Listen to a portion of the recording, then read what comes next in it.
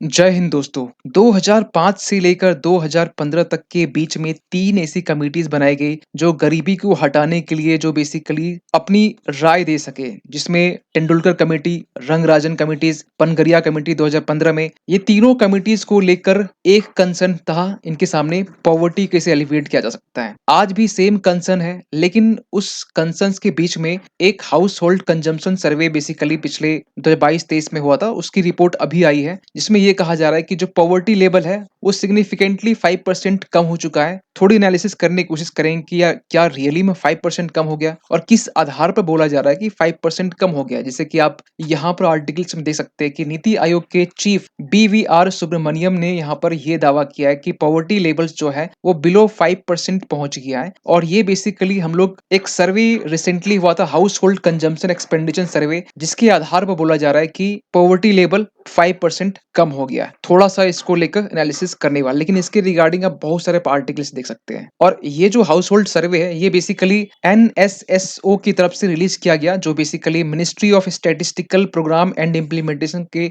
अंतर्गत आता है। और ये 2022 से 23 के बीच में बेसिकली ये सर्वे की रिपोर्ट है। सबसे पहले अगर हम बात करें तो इस सर्वे का बेसिकली उद्देश्य क्या है, एम क्या है इस सर्वे का। देखिए, इस सर्वे का एम ये है कि किसी हाउस होल्ड का monthly per capita consumption expenditure है क्या। देखिए, ये जो MPC है, इसका जिक्र अभी आगे और आएगा, इसे आप शॉर्ट में MPC याद रखिएगा कि एक मंथ में एक जो बंदा है, एक पर्सन है, वो कितना खर्च कर रहा है, उसी को यहाँ पर in short monthly per capita consumption expenditure कहा गया है। तो इससे ये मालूम चलेगा कि बेसिकली वो खर्च कितना कर रहा है, जिसका बेसिकली मेन पर्पस है इस सर्वे को लेकर। और ये जो सर्वे किया गया बेसिकली ऑल ओवर इंडिया में किया गया, जिसमें स्टेट्स, यूनियन टेरिटरीज और जितने भी डिफरेंट सोशियो इकोनॉमिक ग्रुप है, इनको लेकर यहाँ पर ये सर्वे किया गया। और ये जो सर्वे है, पिछली बार जो सर्वे हुआ था 2011-12 में हुआ था, लेकिन इस बार जो सर्वे हुआ 2022-23 में हुआ, क्योंकि इसके बीच में 2017-18 में भी सर्वे करने की बात की जाती है, लेकिन कुछ कारणवश यहाँ पर इस टाइम नहीं किया गया। लेकिन ये जो लंबा गैप इस बीच में हो गया, लगभग 10 साल का, इस 10 साल के गैप में बहुत सारी चीजें बदल गई हैं। कंजम्पशन,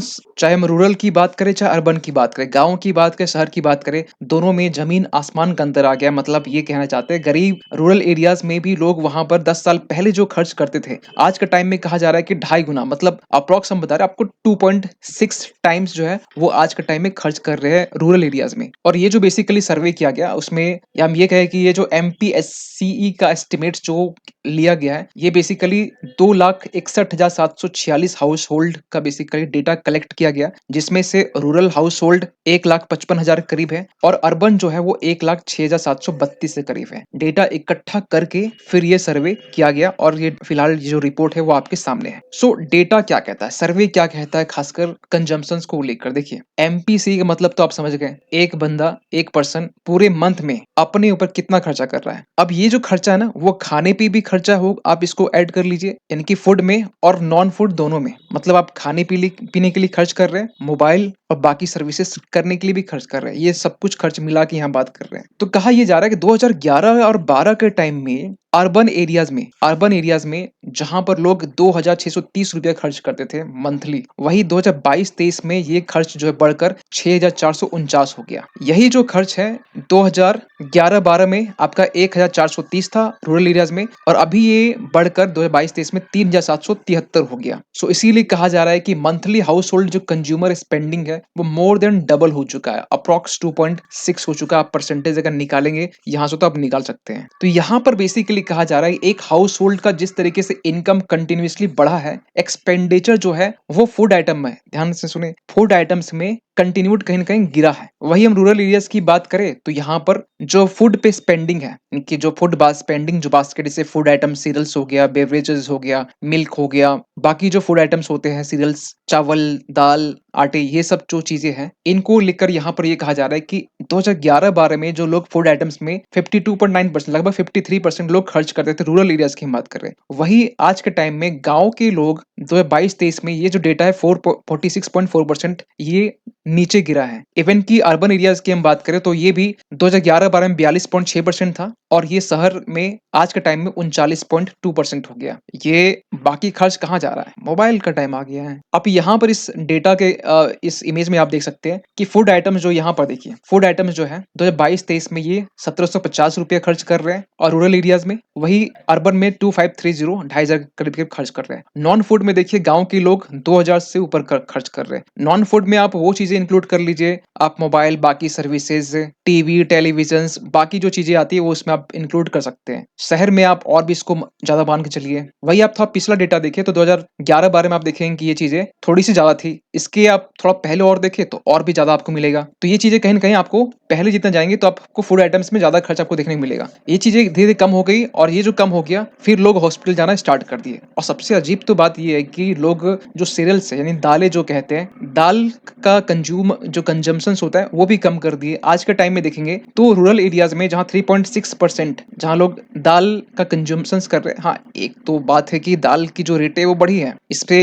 इनकार नहीं है, लेकिन कहीं न कहीं जो कंजम्पशन है ये इसके पीछे रीजन ये नहीं कि प्राइसेस बढ़ गए और इसलिए कंजम्पशन कम हो गया।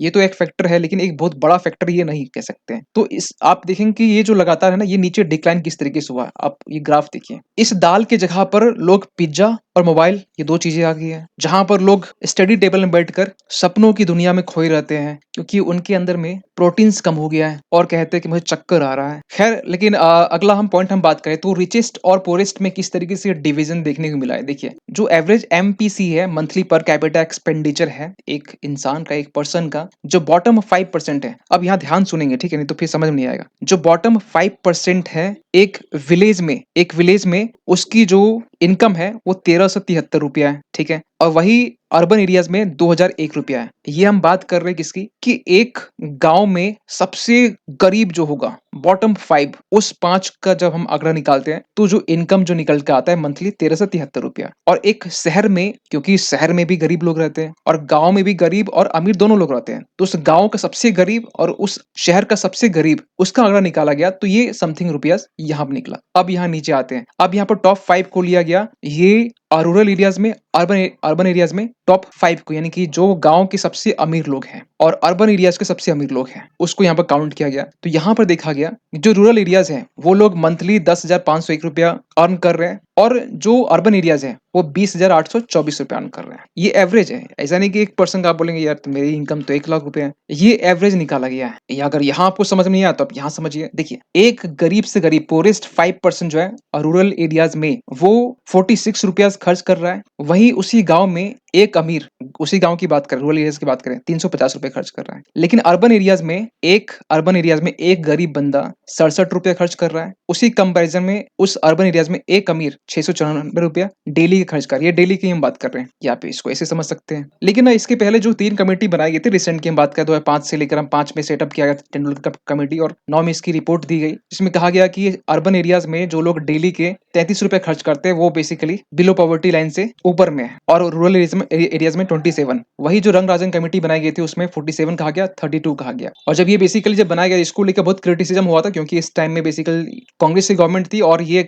उस टाइम बीजेपी ऑपोजिशन में थी, तो कहीं ना कहीं क्रिटिसिज्म का सामना करना पड़ रहा था इनको, तो वो अलग केस है। इसके बाद में ना, एक 2015 में मोदी सरकार के अंडर में एक पनगरिया पैनल बनाया गया, इसमें कहा गया, जिसके बेसिकली नीति आयोग के जो वाइस चेयरमैन अरविंद पनगरिया कमेटी को लीड कर रहे थे, और इन्होंने यहाँ पर यह भी हिम्मत हार के इन्होंने ये कहा कि जो तेंदुलकर कमेटी है ना, यही सही है। इसी को बैकअप करते हुए कहा कि इसी को हम लोग कंसीडर करेंगे, क्योंकि अगर इसको हम कंसीडर करते तो बिलो पॉवर्टी लाइन में जो बेसिकली जो लोग हैं वो 270 मिलियन आते हैं। तो फाइनली 2015 में भी यही चीज कहा गया कि जो तेंदुलकर कमेटी है वही सही है। लेकिन फाइनली इसका इम्पैक्ट क्या होने वाला है, देखिए, अल्टीमेटली आपको मालूम होना चाहिए कि जो सीपीआई है, कंज्यूमर प्राइस इंडेक्स, जिसमें अगर वेटेज की बात करें तो फूड एंड बेवरेजेस में 45.9%, 46% के आसपास में। बाकी जो परसेंटेज है, pen, tobacco 2.4, clothings, housing, fuel and light और मिसलेनियस में समथिंग है। तो यहाँ पर इस हाउस होल्ड कंजम्पशन सर्वे में ये देखा गया कि जो फूड बेवरेजेस है इसमें जो कंजम्पशन है रिसेंटली घटा है 10 साल के कंपैरिजन में। लोग नॉन फूड आइटम में खर्च अधिक कर रहे हैं। और सीपीआई जो बेसिकली होता है,